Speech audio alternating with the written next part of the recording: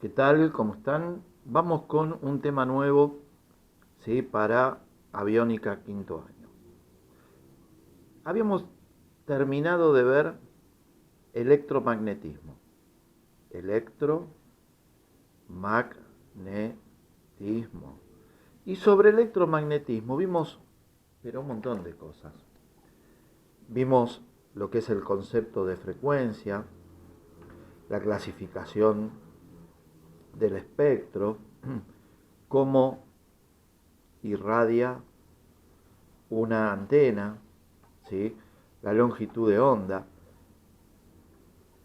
reflexión, refracción, polarización y los caminos de propagación que definen el alcance. ¿Está bien? Todo esto ya está. Ahora vamos con un tema nuevo. O sea, ¿qué es lo que estuvimos viendo? Si hacemos un grafiquito así. Este es el transmisor con su antena. Este es el receptor con su antena. Nosotros vimos lo que pasa acá. Esto lo vimos, ok. Ahora tenemos que empezar a ver qué pasa dentro de los equipos. ¿Sí? Cómo es un transmisor, cómo es un receptor. Pero tenemos que empezar por entender cómo se comporta un inductor, L, cómo se comporta un capacitor, C, ¿sí? Y todo esto lo comparamos con algo que ya conocemos, que es la resistencia R. ¿Está bien? ¿Por qué? Porque vamos a ver que la operación conjunta de la bobina y el capacitor es lo que permite que existan los equipos de comunicaciones. La magia de todo esto lo da la bobina y el capacitor. Vamos a charlar un poquito sobre eso. Ustedes este año tienen teoría de circuito. Creo que con el profesor Paje. ¿Sí? Van a ver esto a fondo, cálculos y demás. Conmigo van a ver el concepto para poder entenderlo. Resistencia. ¿En qué se mide la resistencia? En ohms. ¿Está bien? Pero estos ohms de la resistencia son ohms reales, de verdad. ¿Y por qué son ohms reales y de verdad? Porque no hay desfasaje entre tensión e intensidad y corriente. Entonces, puedo calcular la potencia watt, volt por ampere. Vamos a ver que una bobina y un capacitor tienen algo que nosotros vamos a llamar reactancias. Reactancias XL, obviamente de la bobina, XL del capacitor. ¿Y en qué se mide la reactancia? En ohms, pero son ohms imaginarios, o mejor dicho, truchos. Truchos, ¿sí? Sí, ohms truchos. ¿Por qué? Porque en estos ohms, en la bobina y en el capacitor, ¿sí? Si vamos a lo que es la bobina, L, ¿sí?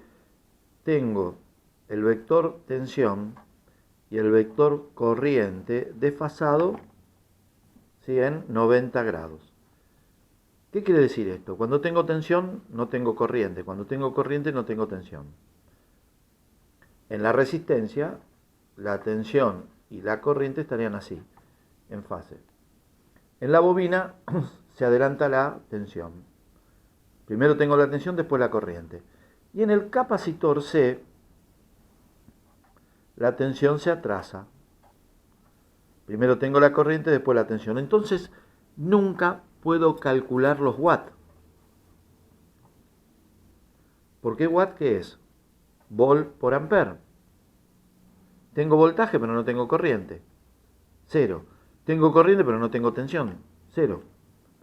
Por eso decimos que son ohms truchos, ¿sí? O ohms imaginarios. ¿De acuerdo? ¿Y de dónde salen esos ohms truchos o imaginarios? Fíjense, La fórmula para calcular la reactancia inductiva en una bobina L, la inductancia se mide en henrios. Y tengo submúltiplos, milihenrios y microhenrios. Henrio es 10 a la 0, es la unidad, mili es 10 a la menos 3, micro es 10 a la menos 6. La capacidad C se mide en faradios, pero uso submúltiplos, microfaradio, nanofaradio y picofaradio. Micro 10 a la menos 6, nano 10 a la menos 9, pico 10 a la menos 12. ¿Ok? ¿Cómo se calcula esto? XL es una función directamente proporcional. Es 2pi frecuencia L. Y XC es una función inversamente proporcional. 2pi frecuencia C. Donde con la calculadora me voy a manejar con exponenciales. 2pi 6,28. Frecuencia puede ser hertz, kilohertz o megahertz. Si es hertz, va como está. Si es kilohertz, 10 a la 3. Si es megahertz, 10 a la 6. ¿Correcto? Y este resultado es ohms y este resultado es ohms. Pero, recordemos, en realidad son J ohms, más menos. J, ¿sí?, es la siguiente letra después de la I.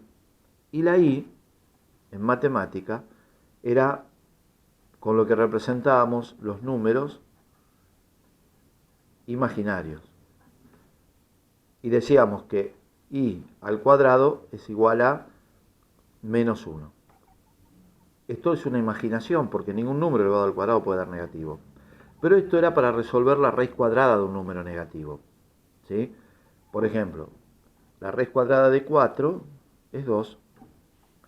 La raíz cuadrada de menos 4 sería I2. ¿Está bien?